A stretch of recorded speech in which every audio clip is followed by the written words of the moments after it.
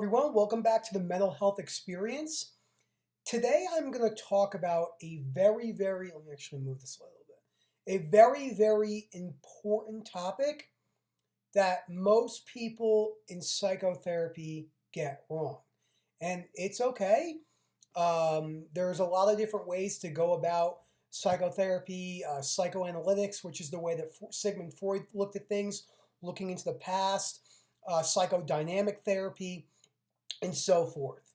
So Albert Ellis is now regarded to as the number one most influential person in all of psychotherapy today. He is now above Sigmund Freud, who has been number one for the last 100 years. But Sigmund Freud, his plan of attack was looking into the past, thinking that your past is the number one cause of your emotional disturbance. And we now know that that's not true. It was the best evidence that they had at the time. So this book right here, How to Stubbornly Refuse to Make Yourself Miserable, in my opinion, and in therapeutic opinion, is probably one of the most important books on earth, to be completely honest. So Dr. Albert Ellis realized through 70 years of psychotherapeutic research and teaching, co-authored over 75 books, or authored 800 peer-reviewed studies on REBT, which is now CBT, cognitive behavioral therapy, which is the gold standard for the majority of mental health disorders. So he realized that there are multiple factors, and I'm going to talk about bullying today, because it is almost 99.9% of the time discussed incorrectly by everyone on this planet, whether they're a researcher or not. And this is not to be mean, they just don't fully understand the internal changes needed instead of the external, which is what the society is obsessed with. So he realized that mostly everyone on this planet has a purpose of staying alive and being reasonably happy. Most people. And most people have a goal. So you have a goal.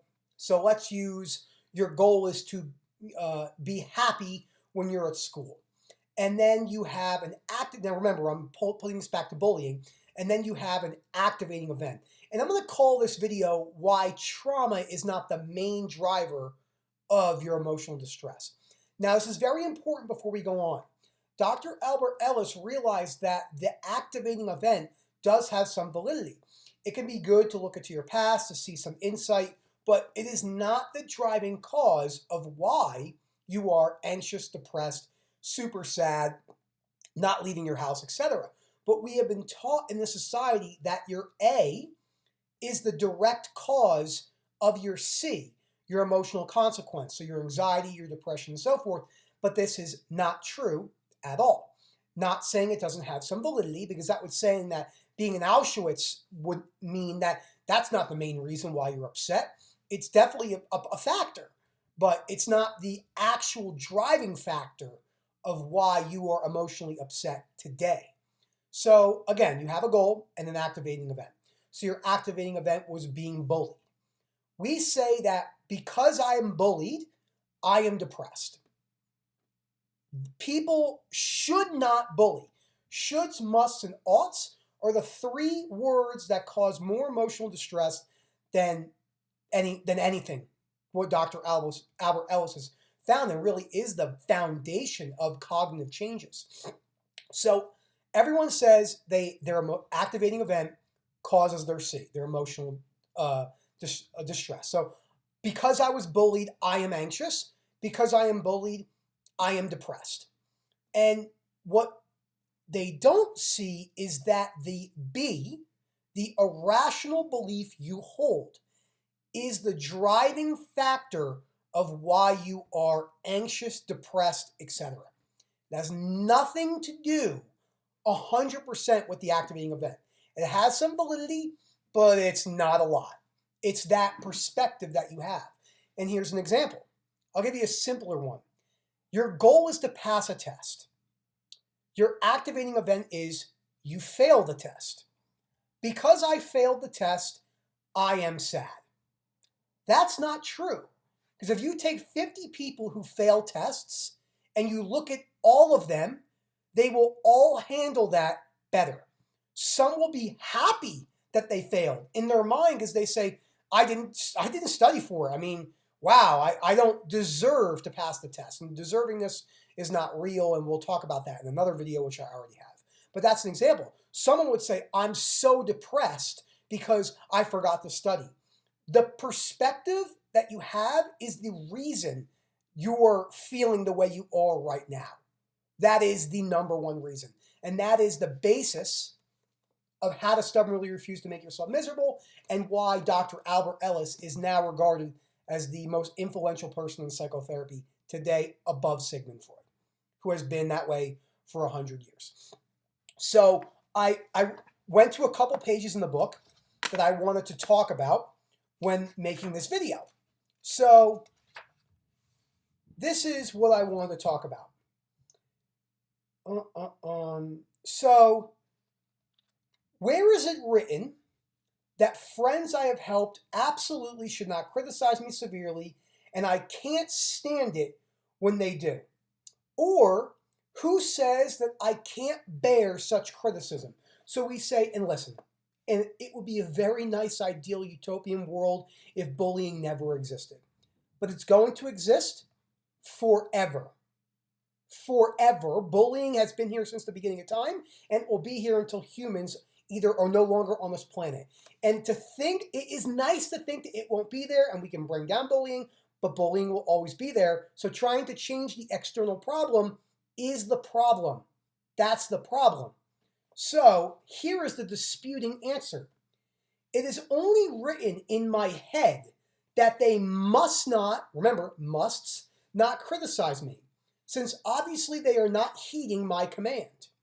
I can stand it when they do severely criticize me, because their words can't hurt me unless I sharpen them and take them too seriously. Since I won't die from their criticism and can still accept myself in spite of it, I can bear it and perhaps even benefiting from it. You could actually break this perspective down in saying that people that are actually bullied, it can be a learning experience and to learn grit. So the act of bullying does have some validity to the beginning stages of why you feel the way you do. But the majority of the reason of why you feel the way you do is because of your beliefs and those irrational beliefs you hold. This is what is misunderstood in almost all areas of psychotherapy today. And the only reason I know any of this is because I developed severe, debilitating, chronic OCD 16 months ago. And I had to learn how to rationally think, because that is the gold standard for overcoming and fully recovering from OCD. And once you start to recover from a severe mental health disorder, the World Health Organization for almost ever rated OCD in the top 10 worst conditions to have on Earth, next to Alzheimer's, Parkinson's, ALS, Lou Gehrig's disease, and so forth. Progressive neurologic disorders that kill you, and OCD was up there. Think about that. That's why a lot of people also don't understand what OCD is. It's not being clean and neat, but that's another story, and it's okay. So, and I wanted to end it with this. Disputing question. Asking yourself, is bullying the main cause of my emotional dispute, or my distress, or the trauma I experienced? What results will I get if I continue to hold these irrational beliefs? What good and harm will it bring to me if I believe in them? Because people will go their whole entire lives saying that bullying is the reason they're depressed. And this is the answer. Very poor results. If I rigidly hold to this overgeneralized way of thinking, I will doom myself to my all and never predictions and make my phobia a hopeless condition. Whenever I insist that I can't change and that I must always function badly, I block my progress and practically force myself to stick in the mud. How to Stubbornly Refuse to Make Yourself Miserable, and his other great book, The Myth of Self-Esteem, and Why Self-Esteem is Not Real, and it's always conditionally, and it leads to so many problems. extremes. But this is an important thing to talk about. And I want to talk about this is because humans are, as I said, they want to stay alive, most of them, and they want to be reasonably happy. Humans are also extremely gullible and they're fallible. Humans make mistakes. Perfectionism, in its basic necessity nature, is a completely irrational belief. This is why understanding this is so important. And where this came from is Stoicism. Stoicism from the Greek and Roman philosophers 2,500 years ago was the basis of, they realized that nothing makes you upset, only thinking makes it so. I think is the from Marcus Aurelius, or one of the Greek and Roman philosophers. They realized that people were not made upset by things or actions by others. They were upset because of their beliefs. Stoicism is the basic form of the most rational outlook on life there is. It's philosophy, so it's not it's a little dry, but this is why Albert Ellis and Aaron Beck and people who have creative cognitive thinking have now put this in basically the number one, like I said, psychotherapeutic approach to life. And this doesn't have to be for all mental health disorder. This is just a way to look at life through a rational lens, the most rational lens you can possibly do. So remember, we have goals and we have activating events. Life is not fair. You cannot prove or disprove deservingness, so it is by nature an irrational thought process. Same with fairness. If life was fair, Auschwitz would not exist, or millions of other people killed in the name of multiple things, children dying of cancer and so forth. So getting past, it's a good idea to get past the idea that life is fair, because it never will be fair. Or you deserve things, because that would mean there's a supernatural power, which we cannot falsify or prove, and so it doesn't exist in this area of life.